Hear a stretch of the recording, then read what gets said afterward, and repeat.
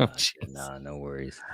howdy, y'all. This is Kyle Whittington. I am joined today by Joshua, the Catholic Marine. I've got his channel linked in the description. So if y'all aren't subscribed, go ahead and give him a click, and clicking that subscribe button is free, and it really helps us out. So, but anyway, do you go by Joshua or Josh? So when I was in high school, I went by Josh, and Okay, then I joined the Marine Corps, and it was my last name for 9 years. And then when I right. got out, I was like, you know what? I'm getting older now. I kind of want to mature a little bit. So you know what? Let me go by Joshua. So Okay, I okay. switched it up, Joshua. So But I we're mean, talking to grown-up Joshua here. yes. So now what I think is really cool here, because like I was live last night too, and I actually had an Army Yeah. veteran on. So we've got like complete representation of all three, all three components, Department of the Air Love it. Force, Department of the Army, and Department of the Navy. So Yeah. Hey, here we yeah, go. yeah. Came full So, circle. thanks. I guess the cliche is thank you for your service, to which my response to all that is always like either like, no, thank you, taxpayer, or something along the lines of, just the thanks for the support or whatever. Yes. No, appreciate that. Same to you. Same to you too as Yeah. well. So yeah, thank you, man. So, okay, Here we so go. I guess tell us a little bit about yourself, before we get into like the question that's on the thumbnail. Just kind of like set the stage for us, because like I saw this, you was like, okay, this guy's got really cool energy. Like, this looks like a cool guy to talk to. So I I intentionally appreciate it. did not look into you, so that way we could get to know each other here. Yeah, no, appreciate it. No, well, first of all, I just want to say, Kyle, thank you for having me on. It's Yeah. an honor and a pleasure. And all right, first things first. So I was born in Southern California, back in the early '90s. I won't give the specific year, but in the early '90s, I was born in Southern California. Huge Lakers fan, by the way. I know we're playing tonight, so I just want to give a shout out to the Lakers. But my mother married my stepfather. Shortly after I was born, and he was a Marine. He was stationed in Camp Pendleton in Southern Mm, California, and so it was funny. At that time, I had no idea that obviously that would become my future. I mean, I remember being on base, living on base, and seeing Marines PTing, and being that little kid there on base, and I just had no idea that that would be my future. But I did that for a while. Lived there. We grew up, a Catholic family. We pray the Rosary. Go to mass on Sundays. And so my father, he retired in 2000. And so whenever he retired after 20 years in the Marine Corps, he moved us to Texas in the year 2000. And so that's where I grew up. That's where I went to junior high, high school, played sports. Um, can you tell during us that where you time. grew up in Texas? Because Texas is a big state. So Yeah, no, it is absolutely. So Houston area, okay, 45 minutes north of Houston. So the school I went to, it was just nothing but cows and green grasses out there in the country. So it was okay, yeah. So cool. the type of high school I went to was we shut down the stores on a Friday night for football. I played varsity, and so yeah, Yeah, everybody, yeah, yeah. good times. No, so my mom's from Dallas, and she was talking about like how football's like the most popular religion there, specifically high school football. And like it was kind of frustrating me as a hockey fan living there, because I was like, love the Dallas Stars, who, made it to the Western Conference Finals. So, two more rounds and they win the cup. But anyway, Nice. like sometimes Dallas Stars games would get passed over by local high school football games. And it I was believe just it. like it was is that popular there. So, No, yeah, it really is. I kind of fast forward a little bit. I when I joined the Marine Corps, I was stationed in San Diego, and I remember passing by the Friday night. I saw the stadium line, so I was kind of curious. I drove by, and I saw the home side stadium, and I was amazed how small it was. I'm like, man, back home in Texas, our visitor side is bigger than their home side. mhm. It was just, yeah, I was not, yeah. Texas is real Yeah, um, yeah. big in Well, I football. mean, like the So, state championship always happens in like, like Jerry World, right? Or something like that. yeah, Or yeah, yeah. yeah, Good old Jerry, yeah, out there in yeah. Dallas. So Um, but yeah, no, I did that, and when I graduated high school, I'll be honest with you, I didn't have the grades that I should had. All my friends are going off to college, and University of Texas, Texas A&M, mhm. North Texas, and I'm looking around like, man, what am I gonna do? I was the oldest of my siblings, and so I'm just like, man, I don't want to just work at Jack in the Box out here in little Mhm. old small town Texas. So I said, you know what? My father, he said, we're gonna go to Recruiter and see what he says. And I had no intention of joining. I was like, you know what? I don't want to be a green little soldier guy, walking around with a gun. I know Marines aren't soldiers, but at the time, that's what I thought. So, Yep. yeah, but I didn't have any interest in going. And long story short, the recruiter did his job very well. And within 45 minutes, I came on. I wanted to shave my head high and tight. I said, "Mom, I'm joining the U.S. Marine Corps." She about fell over, and she was like, you actually weren't supposed to join. You're supposed to just see what they had to say. And well, yeah, I graduated, grabbed my diploma, and then 6 weeks later, off I go. The yellow footprint Nice. out there in San Diego. Yeah, yeah, no, that I kind of had a similar experience whenever I joined the Air Force, because I wanted to just that was my plan was to go straight to the military. Yeah. So like, and I was, and this isn't arrogant. It's more of a testament to how small my school was. But like, I was legitimately the smartest kid in the class, but it didn't mean anything because I was the most lazy kid in the class too. So once again, I didn't have the good grades, whatever. And then I was like, I don't need grades. I'm joining the Air Force after this and blah, blah, blah. And then like a last minute change of heart. And I decided to go to Franciscan. And Mm, I knew a guy who knew some people in the admissions department who like basically they got me fast tracked in. Um, nice. I mean, I only went for a year. I ran out of money and joined the Air Force anyway. But yeah, so it was but it was really good. It was a really good experience because that's where I met my wife. Oh, But there on you that go. topic, so That's the plan. are what did you? I know in the green room we mentioned that you were married. When did you meet your wife? Were you like in the Marine Corps? Or is this afterwards? So this one I was in the Marine Corps, just towards the end of my tour. So I will say that I was previously married. The first year that I joined the Marine Corps, I was stationed out in Florida. I met my ex-wife. We had 3 children, and then whenever we separated and subsequently divorced, she took the 3 kids and moved up to Seattle. And then a couple years later, I met my current wife. She's from San Diego. She was just a local. She wasn't in the Mm, military. And then now we have 2 children. She came with the son, and then we had a daughter together. So kind of a blended mixed family we have. But yep. yes, my current wife, yes, she was born in good old sunny San Diego, California. So, Nice. So a little bit of a yours, mine, and ours situation. So hey, that's exactly wow, that's funny. That's exactly what I say. I'm like, we kind of got a yours, mine, and ours situation. But, considering everything, God blessed us. Everybody's cool. Everybody's, awesome. It actually is yeah. funny. Um, my ex-wife, she's actually in labor as we speak. She's pregnant with twins. Oh So, wow. yeah, but yeah, no bad blood. Everything is good. So God definitely blessed us. Yeah. Okay. Well, so and I forgive me if this is a little too personal, but I know that I'm going to get comments about this. So I guess how was the annulment process? Yes. So yes, and that's a very good question because obviously, us as Catholics, and obviously, I wanted to do everything the right way, had to be in good standing with the church. The annulment process was actually a lot quicker and swifter than what I thought. I was reading online. Um, you know, I mean, no excuses. We were both young. I was 19, she was 20. Yeah. But of course, the way the church does it, there has to be, something at the time when you make vows that makes Right. the Some yeah impediment. Yeah. exactly. And so it was a hindrance because I thought, we had 3 kids together and, we lived together. We were married for 5 years. So, Yeah. as we were going through the process, I thought it was going to be, because I was reading online, 2, 3, 4 years. But, the diocese or archdiocese, I believe, of San Diego, I mean, Hmm. it was fairly quickly, maybe 6 months, as far as the process interviews on both sides. They have to write statements and, Hmm. give testaments like, people that knew us both, like, Hmm.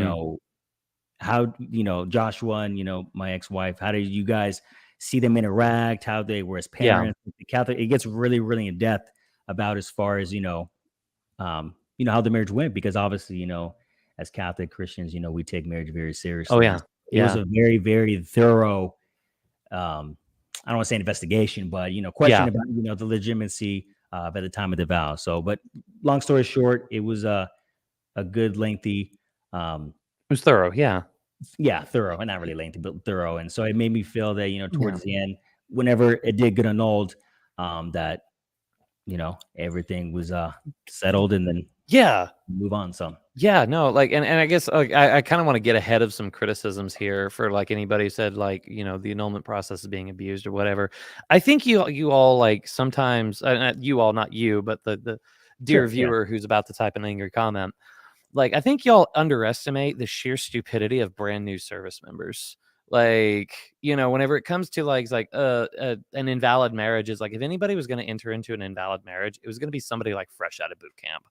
Like, I mean, it's almost like a joke of, like, I mean, I know Air Force, Army has, I assume the Marines have it, like, you get out of boot camp, first thing you do is you marry a stripper and you get a Dodge Charger at, like, 32% interest. Yeah, Like, no, that sounds pretty accurate, especially Marines. yeah, exactly. So it's just like that's like the standard military thing to do. So it's just like, it's kind of one of those, like, I can imagine, like, whoever, like, the tribunal that, like, processes the Mhm, annulments is like, "Oh, mhm. military? Oh, okay. All right." So, but Yes, yes. No, it was, yeah. yeah, it was So good, yeah. okay, cool. So now we got that out, and, like, hopefully we've crushed any criticism there, and if not, we can safely ignore them.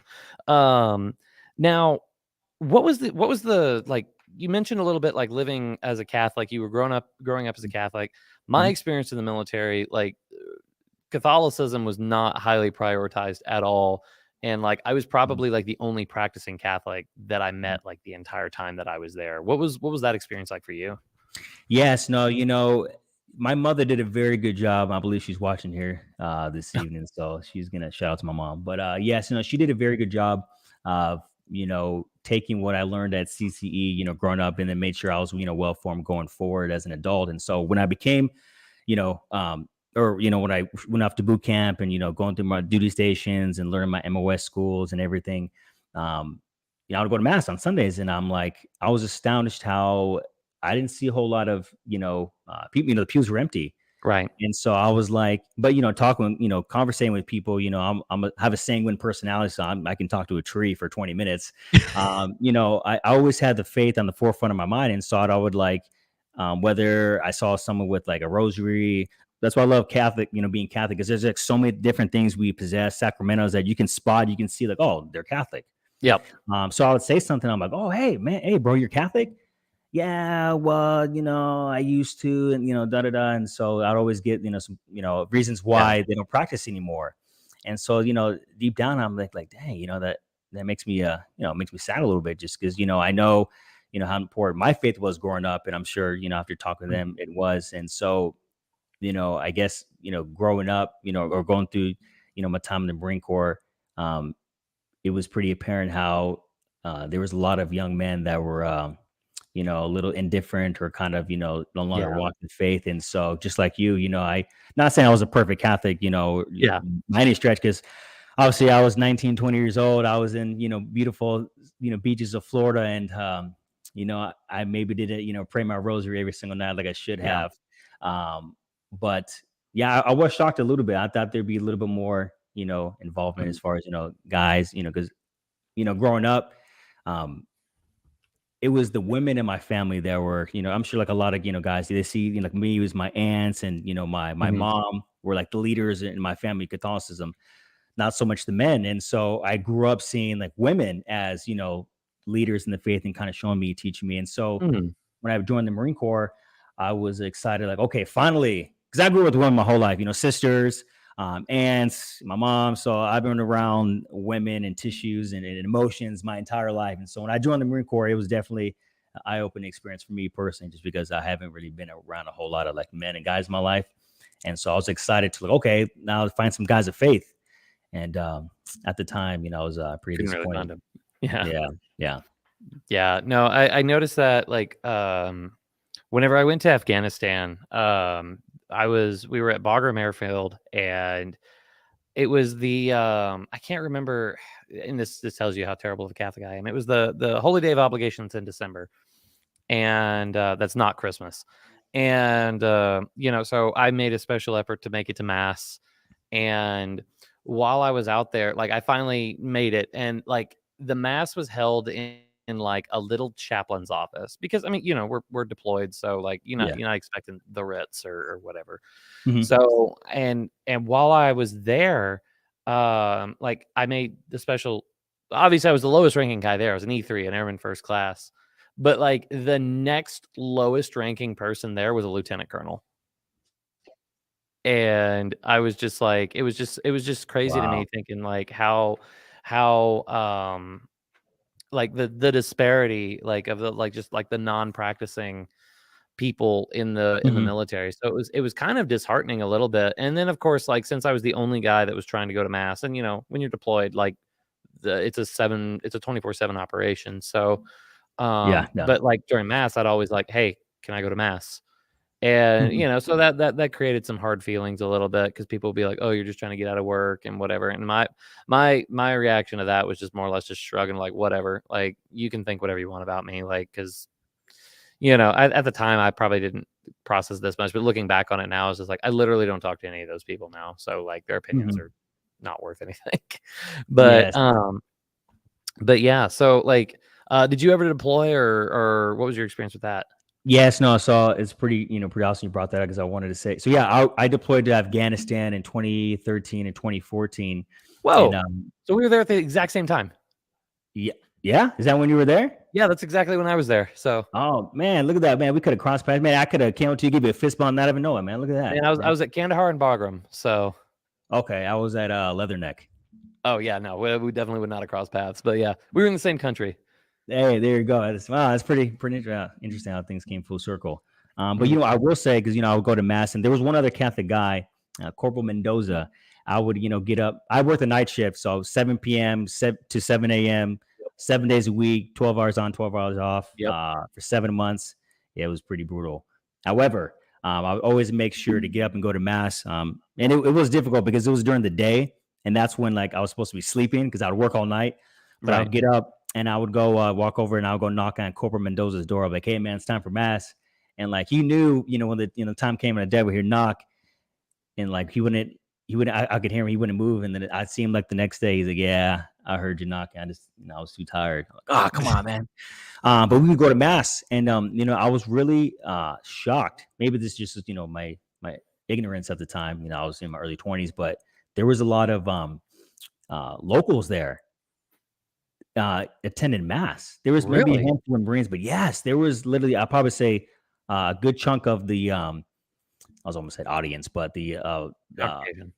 yes, the people, people were there at mass were locals, obviously didn't speak English.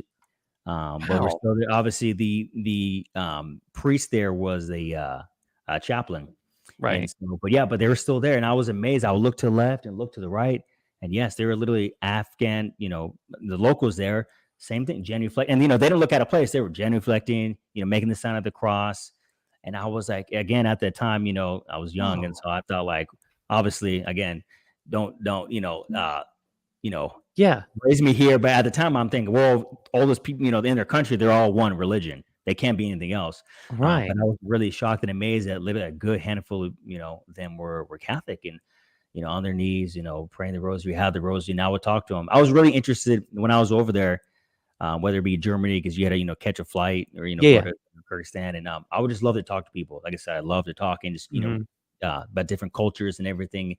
And they would, and so I'd ask them like, man, you guys are Catholic. I was probably all, wide eyed, and they're Yeah. just like, yeah, we're Catholic. And I was like, you're Catholic. Like, That's how was it? How, yeah. again, Like, how did that happen? yeah, but yeah. And it's just, some of the stories that I heard, it was just very, very, interesting and so awesome to see the way the Lord works. And it is true. The universal church, Catholicism, literally stretches to every ends of the earth. And I can personally say, like I'm sure you did too as well. I visually witnessed. It doesn't matter what language, what skin color, Mm. how you grew up. There are people that are real life, Catholics that love their faith, pray the rosary, and Wow. yeah, that's No, that that that did a number on me. I'll never forget that, just because I didn't expect that. I didn't expect to go to Afghanistan and see them right and find there. Christians there, like Yeah. local Christians. Mhm. That's wow. No, that I totally didn't expect anything like that because I didn't see anything like that at Kandahar or Bagram because, well, like there's literally a boulevard at Bagram. Well, was a boulevard at Bagram called Disney. So there's a Bagram's Disney World. Oh, gotcha. So like it's because that's where like the headquarters was and everything like that. So But yeah, you mentioned going to Kyrgyzstan. So you processed in through Manas. Yep. Yeah. Which I hear it's no longer Oh, they shut it down like long ago. really yeah. Then I must have been one of the last ones. But yeah, that's I will say, funny joke is that yeah, I thought, Marines that, hey, we're, the best of the best, first in, last out. Hey, we're going to have the best stuff. Right. And then I get stationed to the Naval Air Station in Pensacola, Florida. And the chow hall is like Denny's, like legit eggs and pancakes and sausage. But then I go to Manas in Kyrgyzstan. Man, they have full on Butterfingers and Reese's, and like they're at part of the chow hall, and you could take it. And I'm thinking like, yo, is this like, do I got to pay for this? Like, no, bro, it's free. I'm like, what are you talking about? Like, yes, this is welcome to the Air Force base. And I was just like, what, man? Man. And then I realized that, yeah, the Marines, man, sometimes we get the short end of the stick. Sometimes, man. Yeah. Straight up Reese's and Butterfingers, man. You just handing them out, taking it. Nice. Yeah. So so I've actually never been to Manas. So whenever we went in, I was on the Advon crew. So, it was like, we had to come in early and set up and whatever in preparation for the rest of the unit. So we spent the night in Bitburg, Germany, Spangdahlem Air Force Base. And so that was, you know what? It'll make for good content. I know we've got like only 6 people here. So let's talk about my time in a brothel. Yes. Yeah. Let's hear it. So, okay. So we're in Bitburg, Germany, and I'm sitting there and I'm, we've got a bunch of old, crusty senior NCOs that are around and I don't know anything. And like, let's see here. So this was 2013. So I was exactly 21 years old at the time. Like I turned 22 in Afghanistan. And, oh, wow. So, yeah, so did I. I think, wow. Sorry, I didn't mean to interrupt. I just doing the math thing. I guess. Yeah. So I turned 22 in Afghanistan, but like, so we're in at 21 years old. I'm in Germany, so I'm able to enjoy the beer and everything, and that's really cool. So, but anyway, we go to this great place. I have like this lamb steak, which was fantastic, and everything. But it's just like like we're about to head into Afghanistan. We're out in Germany, and all we're gonna be doing the next day is flying. So it's just like, I mean, we can stay out late. It'll be fine. Yeah. And so anyways, just like, all right, let's go to a bar. So anyway, I go and I take this, we've got this guy who's, we've got this, this guy whose like wife lives there. So he knows the area and he's just like, hey, I know this perfect spot, especially for you, Wit. That's what they called me back in the day, was Wit, because I was from Whittington. Yeah. And we go up to this bar and I go to like open the door and it's locked. That's sign number 1. Whoa. And I just kind of turn around and I was just like, sorry, I guess they're closed, guys. And then like one guy goes, yeah, you got to ring the doorbell, dummy. And and of course I'm thinking like, oh, this is a different country. This must just be how bars operate here. Yeah. Completely forgetting the fact that like Germany is very much okay with alcohol. And I was just like, okay, yeah. So I ring the doorbell and I open the door and it is just like, we open the door and it's just nothing. Everything's illuminated with red light. That was sign number 2. Whoa. I'm still not getting. In fact, the entire time I do not get what's happening at all. Like, because I think this is just a normal bar, and everything that's weird to me, I can just write off as like, well, we're in Germany, so it's kind of weird. And so anyway, they go. So we all go sit up at the bar, and like there's a group of us, and like including our chief master sergeant, who's like an E9, so highest enlisted rank. Yeah. And we go up to the bar, and I'm looking at the menu, and there's a whole bunch of drink options, but like whenever you get to the liquor, it's like 40 euros, 50 euros, 100 euros, and I'm just like, geez, like a shot of Jack for 40 euros? That's insane. Yeah. Later, I found out that like each shot comes with a particular favor that comes with it. Which is completely disgusting now, but like I'm just thinking that the prices are crazy. Once again, I'm not getting it. Yeah. Then this little Thai woman in this tight little dress comes out, and I'm still not getting it. And then she comes and takes our drink order. We all order Bitburgers because we're in Bitburg, and it was like the only reasonably priced thing on the menu. Yeah. And so we're drinking our beer, and then after she serves us all, she goes like, oh, do you want a massage? It'll be 100 euro for 30 minutes. Whoa. And our chief is over there and he goes, do you take government travel card? And everybody starts laughing. One guy's like, "Dare I ask what a massage entails?" And I was just sitting there like, "Huh, this everything about this is really weird." But we finish our beers and we leave. You go, yeah. And so later on, when we're in country, I start thinking about that whole experience, and I go like, I say like one of those, said to one of the guys like, "I think that was a brothel that we went to," and the master sergeant that like led the whole thing, he was like, "Oh, I know it was. That's why I took you there." And I'm like, "You jerk." Oh man, So yeah. So anyway, dang. so now YouTube knows, or at least the 7 people that are watching now, that I've actually entered into a brothel in Germany, though unknowingly. And if I could do it all over Unknowingly, again, I wouldn't. unwittingly, no pun intended. Yes. That you know what? Maybe that could just change that to my channel name is Unwittingly. Um, but yeah, so anyway, that Wow, just kind of crazy crazy stories like stuff, that. So man. on that note, do you have any crazy like military stories that you would like to share? Um, Man, I do have a so I first thing that comes to mind, I remember being on the night crew, every about 2 weeks we would have to, be on duty.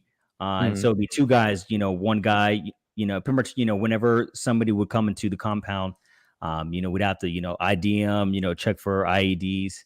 For those you don't know, they're essentially homemade bombs. We get like a long stick with the mirror at the bottom. We would check and look and make sure and see that obviously, they don't have any explosives or anything. And oops. And so whenever we, they would come, obviously we have to, make sure they're all legit. So, obviously nothing would happen. And I remember one time we get a call, me and another guy say, "Hey, there's a couple, there's two vans that are going from literally, fob to fob or, base to base, pretty much open the door and spraying people." And so we're like, okay, like, yes, we got, intel that they're heading your way. So be on the lookout. And so for like the next 2 hours out in the middle of the, in the middle of the desert, middle of the night, every single headlight that we saw come from way out the distance. I mean, we were just, sitting there, shaking in our boots and just, coming through waiting. And lo and behold, nothing happened. But I just remember, first thing came to mind, just literally saying that, hey, something's going to happen. Just be on the lookout, but just you should be fine. And when you're like 22 years old, even with all the training, that like that's one of those moments where like, hey, fight or flight. You don't know how to really react in that situation until you're in that situation. And literally, every car that would come by would creep by and just drive by. And that was probably just first thing came to my mind. That was first experience where I was like, oh, what? We're in Afghanistan. And Mm, yeah, that was intense. Like I said, it was as a young 22-year-old, that's when I realized that yeah, life can end at any moment. So make sure you're gonna yeah, stay the course and be ready. yeah. No, it's so funny though, because living in St. Louis, like I think that I've been St. Louis, I think, is more dangerous than where I was in Afghanistan.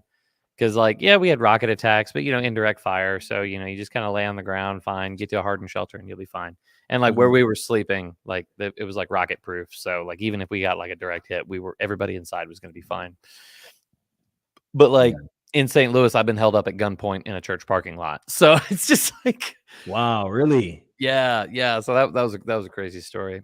But yeah, so with all of this being said though, I do kind of want to go ahead and touch on what we've got in the thumbnail, and that is, do you think a Catholic should join the U.S. military?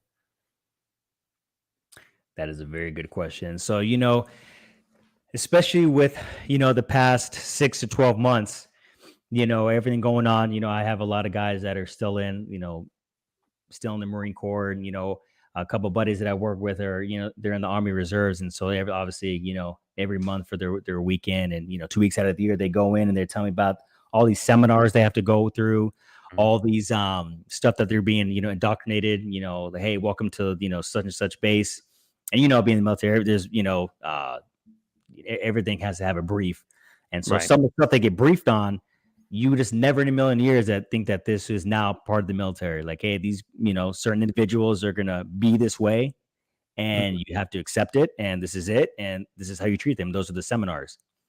Pretty sure you guys can, read between the lines if you read the news. And so, Diversity and inclusion committees and yeah, everything. Yeah. yeah. And so I thought to myself, like, man, initially at the time, just because, it being, rammed down our throats and, hey, you're gonna, do this is how you're gonna feel and this is how you're gonna be. Um, this is just the new military and I just got to accept it and this is it. And so at first glance, I'm like, oh man, because a lot of the guys are like, hey, obviously I know how they feel about it. And so to answer your question, initially I would be like, man, I don't know if that would be, a route that I would take, in hindsight, looking back, just because of, I can kind of see where things are going. However, one thing I did do, and again, I'm not perfect, but every time I was, I would come across, a Marine when I was, Lance Corporal or Corporal or Sergeant, I find out a Catholic, I would take them to Mass. Like, hey, man, Hmm. let's go to Mass. They'd be like, man, I haven't been to Mass in like 6 or 7 years. Well, Like, good. no, Just come on, let's let's go. go. Let's go. Hey, you don't got to do Yeah. anything. Just let's go to Mass. I hope they go to confession, because I would, go to confession. I'm like, hey, man, you want to come? And they're like, I don't know, man. If I go there, the whole confession might burn down. I'm like, come on, man. But I really do think, there really is a need for young men and women to stand firm in their faith and, yes, to be in the military and be that light and be that example. Because like I said, when I was, just like you said too as well, there was not a whole lot of, just particularly obviously because I'm a guy, Catholic men that were Mhm. out there, fortified and being, what they needed to be. And so I do think that, yes, Catholics should join the the military, not only obviously to serve the country, but to show that, hey, yes, you can be, a sailor, a Marine, be in the Army, Coast Guard, Air Force, and still be a faithful Catholic. Because I feel like sometimes it was kind of like either or. Like if Mhm. you're gonna be, Catholic, you're not, because you have to be, meek and humble, like what Christ taught us, and you have to, turn the other cheek, and you have to, all the, all the stuff that we have to do.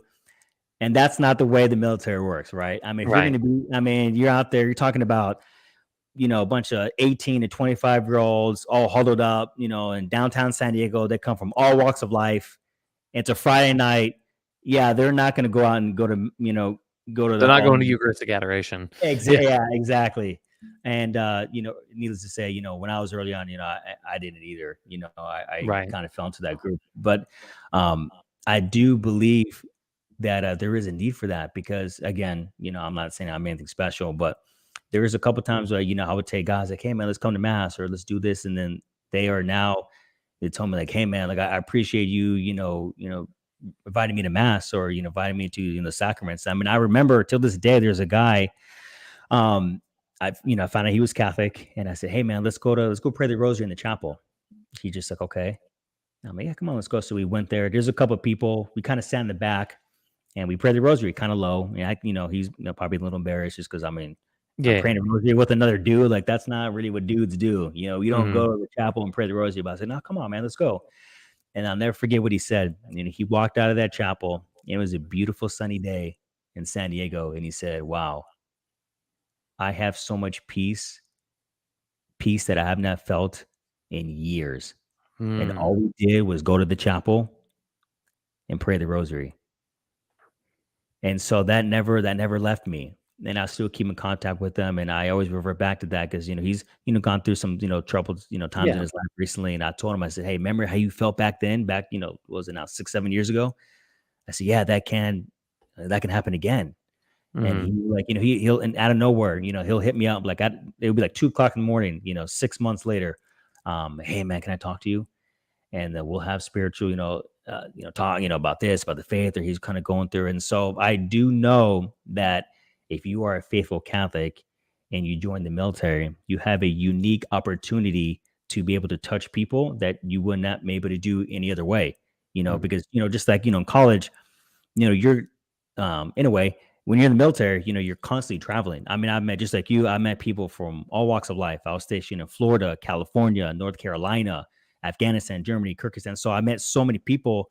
And that if you're willing to, be that example and talk to them and show them like, hey, this is, it's okay to be Catholic, that you can, be cool and like, shoot hoops and work out and be a dude and Mhm. still pray the rosary. Like it is possible.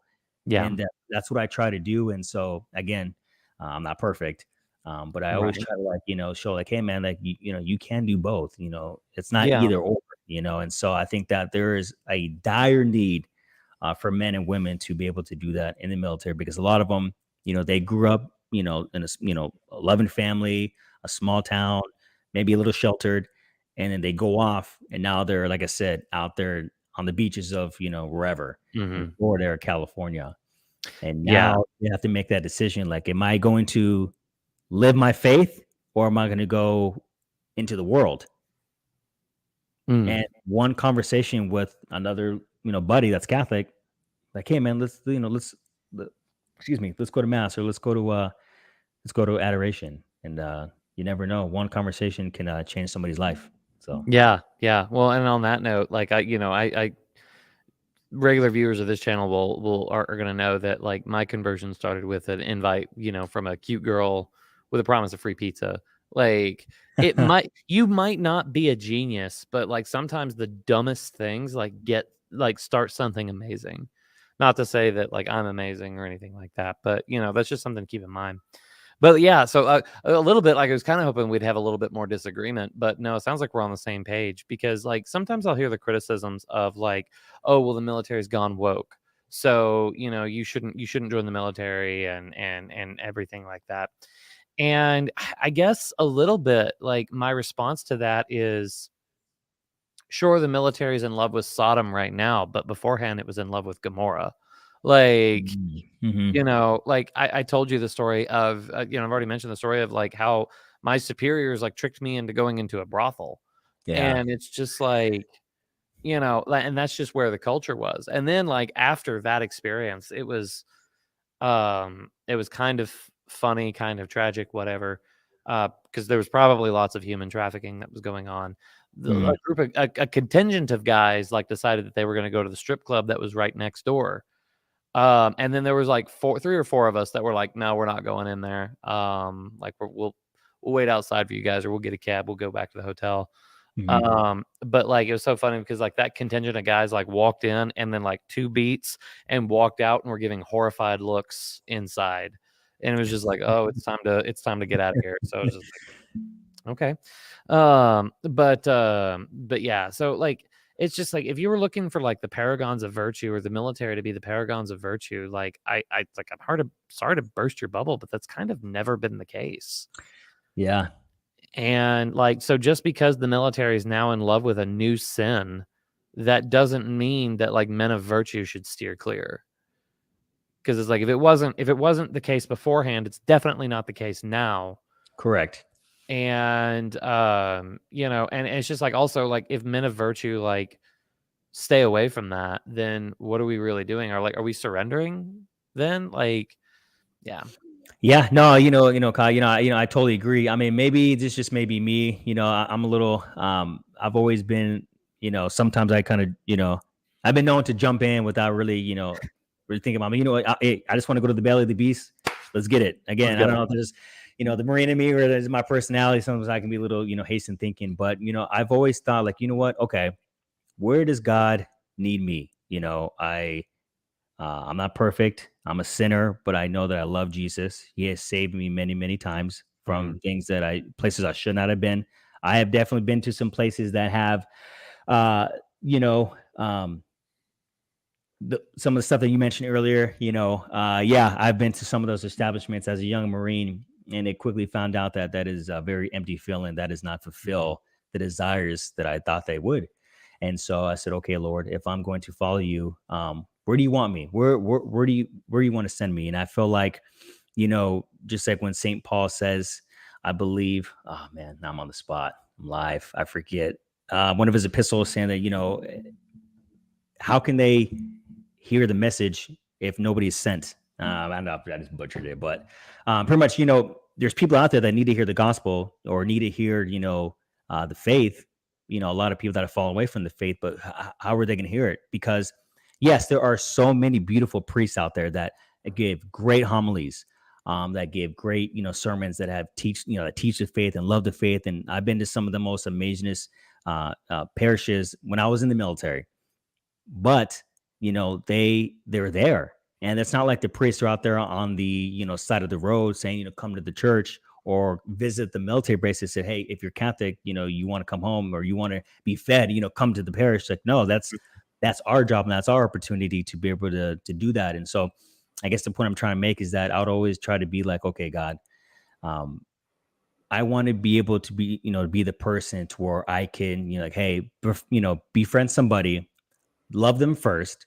Don't look at them as like, numbers or targets. Like, hey, who can Yeah. I? No, no, no. Very first thing you have to do, accept them and love them. Meet them where they're at.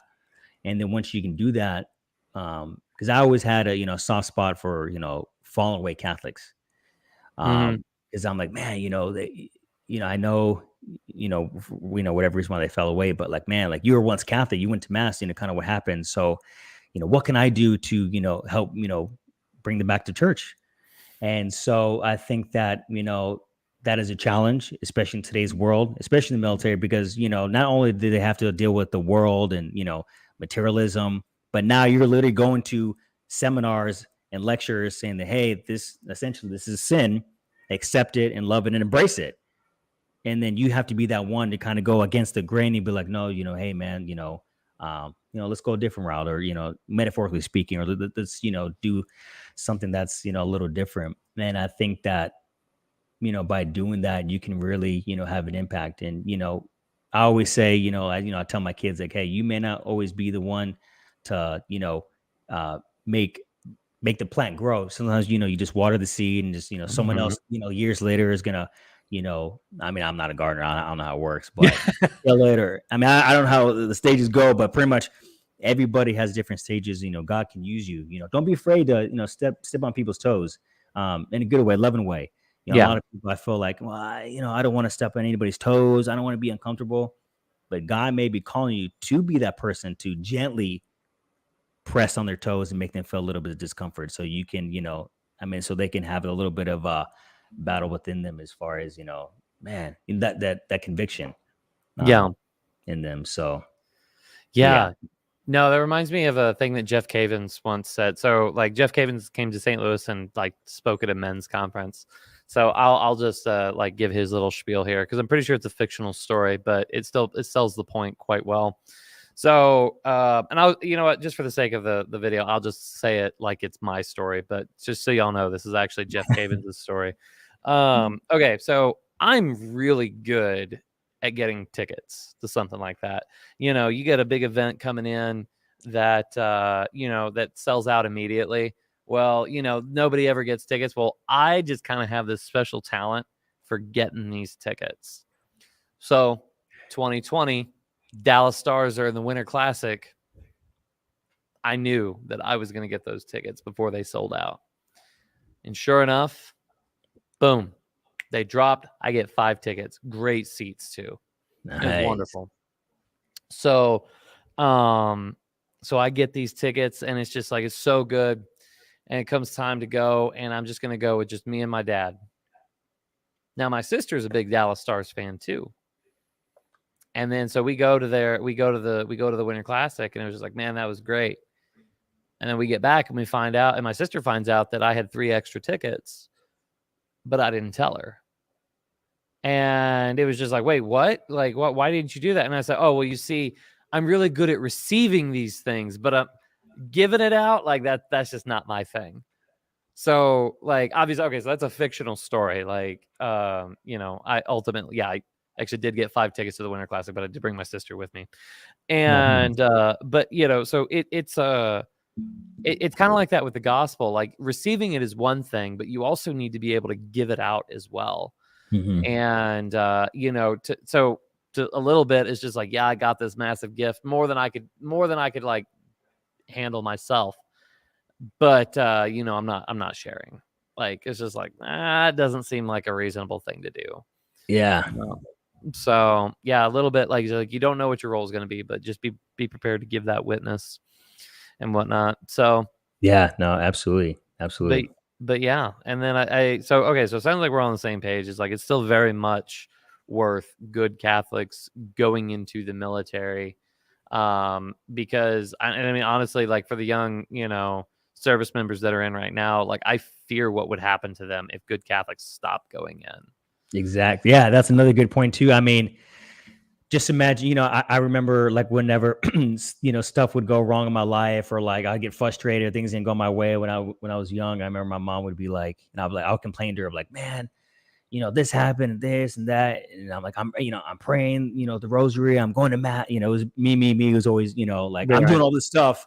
Why is God not answering? And then she would say, well, son, imagine what would happen if you weren't doing those things. Yeah. And I was just like, you know what, you're right. And so that makes me think that, like, yeah, um, being in the military, as it is, that just goes for anything. I mean, just America as a whole, but Mm, just imagine, yes, if there were no, uh, Catholics out there living the faith, breathing the faith, and I mean, yeah. we it would be, you know what I mean? So yeah, so imagine it would be like. But I do ask you a question. What do you have any cautions for any people that are, debating, or, you know, um, what's the word? Um, Discerning or yes, thank you. Discerning whether to say, you know what, is this for me? Should I go in the military? I love my faith. I love Catholicism. Um, but I do hear a lot of things that can be wrong, or, can go negatively bad, right? So, yeah. I mean, Yeah. what kind of cautions would you give somebody that is discerning that? I know. Well, I guess I would caution them to say, like, just understand that, like, it's very hard to live out, if not impossible, to live out the Catholic life isolated from a community. That's Um, good. No, that's unless, like, I mean, so sure, you've got hermits and whatnot that, are very holy and whatnot. But I promise you, if you're listening to my show, you're not one of those people. Because if you are listening to this show, that means that you have not reached that level of holiness. I think, like, because and like, watch the viewer count just completely take a nosedive now. It's like literally actively leaving right now. It's like you would do far better spending all this time in prayer than you would have spending 46 minutes and 42 seconds watching this. Mhm. And that's exactly what a hermit would do. Now, that being said, like, if you are going to join the military, whenever you get settled at your duty station, you need to tenaciously go after Catholic community. I don't care Mhm. where you have to find it, but find it.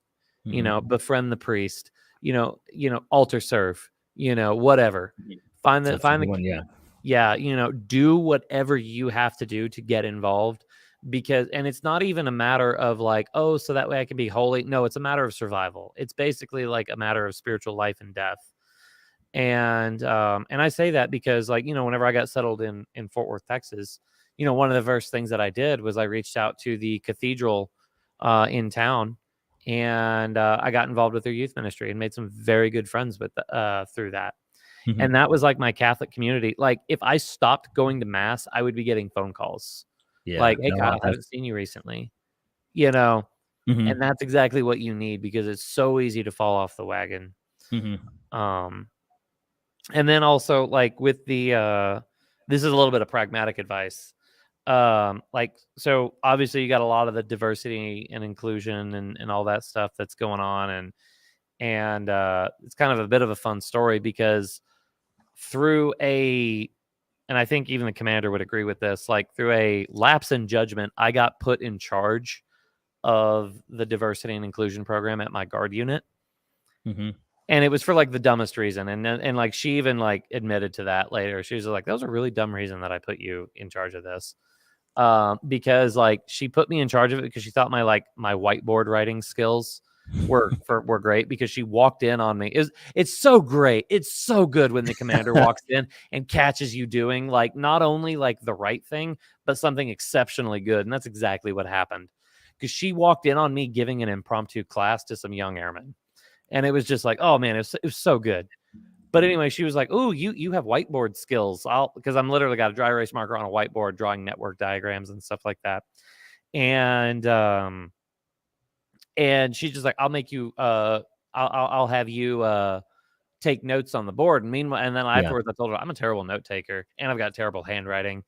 You picked like the absolute worst guy for this." And she was just like, "Now that you mention it, yeah, your handwriting is pretty awful." And it's like, yeah, but whatever. So anyway, I got in charge of this, like, diversity and inclusion program, and whatever, they were like, "Okay, how do you do the, how do we do this? How do we do this?" all I did was just root it in Catholic social teaching, but I just never used the words Catholic, social, or teaching. Nice. And so I rooted the entire thing in value and respect for human dignity and just ran with it. And they ate it up. Like to the Mm. point where like it made it to the state level. And then the people at the state level reported on it at the Pentagon. Seriously. Yeah, but I mean, I also didn't reenlist, so I'm pretty sure it died. But like, but what my point is that like Catholicism has the answers that the military is looking for, Yes. even if they Mhm. don't realize it. You just Yes. have to figure out how to package it up and sell it to them in Yes. a way that's not going to scare them off. Exactly. Yeah. So, If we just had, yeah, if the United States of America had just a couple thousand, maybe a couple million faithful Catholic people in leadership positions, governments, we would, yeah. I yeah, mean, Catholics living their faith, and yeah, we would definitely be able to, do things and change things, for the better. So no, that's amazing. That's a good proof that, yeah, exactly. I mean, you may have to dress it up a certain way just because, yeah, they hear certain words and they may freak out, but hmm essentially, at the end of the day, that's all. I mean, that's all Catholicism is. That's all Christianity, Christ. I mean, it's just pure human reasoning. That's just, I mean, the whole point of why Christ came is just, yeah, just to show us that, yes, I mean, he is human, and it's yeah, the humanity of Christ is definitely something that is a good example to all of us, with yeah, that. And one thing I do want to say is that you know accountability is another reason why, if you're going to join the military, you want to be able to make that decision beforehand and say, hey, look, you know whenever I'm done with boot camp, whenever I'm done with my, A school, C school, or MOS school, whatever, branch you're in, I have to get plugged into, a parish. And I hmm got to just kind of like I have to be able to, have people hold, me accountable. Like what I did was when I was in boot camp, I don't know if they still do this, but, when I was in the Marines, when I was in boot camp, you had, like faith leaders. And so like, 'cause at the end of right before you shut the lights off at the end, you can like, it was prayer time, you had right, like the Catholics and I'm assuming, I don't know, Protestant. Who knows? I don't know, but like, or just, they had different subgroups. So at the end, they'd all gather up and they'd all, pray or talk. And so I volunteered to be be the Catholic leader in my boot camp. And so yeah, every week I got to, go talk with the priest and kind of, just as words of, not words of advice, but words of, encouragement and bring it back to the mm, guys. And it kept me accountable. I knew that like everybody knew all the Catholics, there's like 12 of us, and I would, be their leader, the Catholic leader. I knew that they were looking at me, not necessarily for like, for guidance, but just like they're mm, looking at me with, a different thought, like, okay, this guy's Catholic, he's our leader, he has to act a certain way. And it makes you and causes you to, you know, make sure you sit up straight, so to speak, spiritually. And so I guess the point I'm trying to make is that when you put yourself out there, like, hey guys, I'm Catholic, or I do this or I do that, or, maybe a leadership position, it makes you live out your faith. Like, man, people are watching me. There's certain times where like, at my job or when I was, in the military, I wasn't shy saying that I was Catholic. And so I knew that I had to be, I was held to a higher standard. People hmm of faith get like, man, if I'm out there saying I'm Catholic, I'm doing this, but I'm like, swearing or cussing or gossiping, that they're gonna be like, well, where's the disconnect here? And so it right, made me, and I'm human, so I'm tempted to do those things, right? But I knew that, okay, I already put it out there that, I'm a Christian. Not that I'm like slapping people with my rosary, like, hey, I'm Catholic, get out of the way. Like, no, I didn't do that. But I made it known that, yes, I am someone of faith, that I love my faith. I'm going to live my faith. So if there's times where I was tempted to like gossip about somebody or, do something wrong, I knew that like, hey, I better like not do those things because I already put it out there that like, I love Christ. And I think that when you do that, it helps you in a way to like, you know, not do those things in a sense, hmm accountability. Even if it's like indirectly, like they're not going to call you out, they think and they see that. And so it's just like you just always want to be someone, of example. So I think that before you go into boot camp, make that decision like, hey, I'm going to make it known that, hey, I'm going to get plugged in with the parish. I love my faith and I'm going to live my faith and I'm not going to be afraid to do so. So, yeah. Yeah. Now, so If I can get around to it, I plan on making this next part a clip. So hit me with your best shot.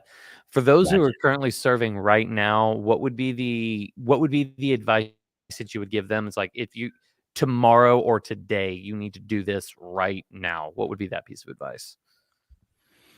What I would do is that I would go to God and I would ask him to humble you. Jeez.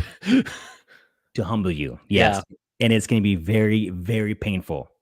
However, only when you are humble and you can get over yourself is when God can really do his work. Because a lot of times we have good intentions and we want to do the right thing, but we think about ourselves so much that we get in the way. So the very first thing I would do is say, Lord, before I do anything and make any moves, please humble me and give me the strength to be able to accept that humility so I can move forward and do your work. That would be the first thing I would do. All right. Fantastic. All right. So before we close this out, is there any topics that that you wanted to get to that maybe we didn't quite touch on? Yeah, no, I mean, I would just, yeah, I mean, I'm just trying to think. I think we covered a lot of good stuff, some good Sweet. stuff. It was, yeah, it was good. Sweet. So what you got going on the channel, man? Right now, yeah, I'm actually, as soon as I'm done with this, I'm going to do recording. I remember, I think I watched a video of yours a couple earlier today and saying that how like, I think when you're doing you're like, hey, I'm gonna switch up my format. People, who aren't content creators, a 10 to 15 minute video takes like hours and hours to do, especially Yes. the way, I do. People who watch my videos, I include, because sometimes, people just like, they'll, click it on, they'll talk and click it off. And, that's it. Right. Interviews or, I mean, I've never done, like the way you do it, but Mm. you can understand that it takes a lot of hours, a lot of time into these videos. And so I always try to do my best to come up with, as much as I can, but, wife and children, it kind of eats away a little bit. But one thing that I am working on is a video that I think it's going to serve a lot of people because, in the comments, people have been requesting, like, hey, you should do this, you should make this. And so Yeah. it's been on my heart. So I'm going to get right to it as soon as we're done with this, but should be coming out here in the next couple of days. So, Ooh, can you tease it out a little bit to what you're going to be responding to? yeah, no. So I will say that, a lot of people have family members, friends, and they're, in the circles that they used to walk right next to them, going to mass, sit with them and live the faith with them, but they are no longer doing so. Mm. And then so I'm going to showcase a little bit how you can be able to help them and assist with the Holy Spirit to help bring them back into the faith. And so, being in the military, just like you, I learned a lot from talking to different people, different walks of life, different cultures, black, white, young, old, doesn't matter. But Mm. a lot of people all have one thing in common. So I want to put my twist and then share with it how to do that. So I'm really looking forward to. I've been wanting to make this video for a while, so I'm excited. Nice. Yeah, so I know at the beginning of the video I said that I've got your channel in the description. I think like as of this airing right now, that is not the case. I'll be sure to add that and fix that. But yeah, so go check out Joshua at the Catholic Marine. And for those of you, especially the live viewers and those of you who watch in the future, if you stuck around this long, thanks. God bless. All right, so let's see here. I never know when these things cut off.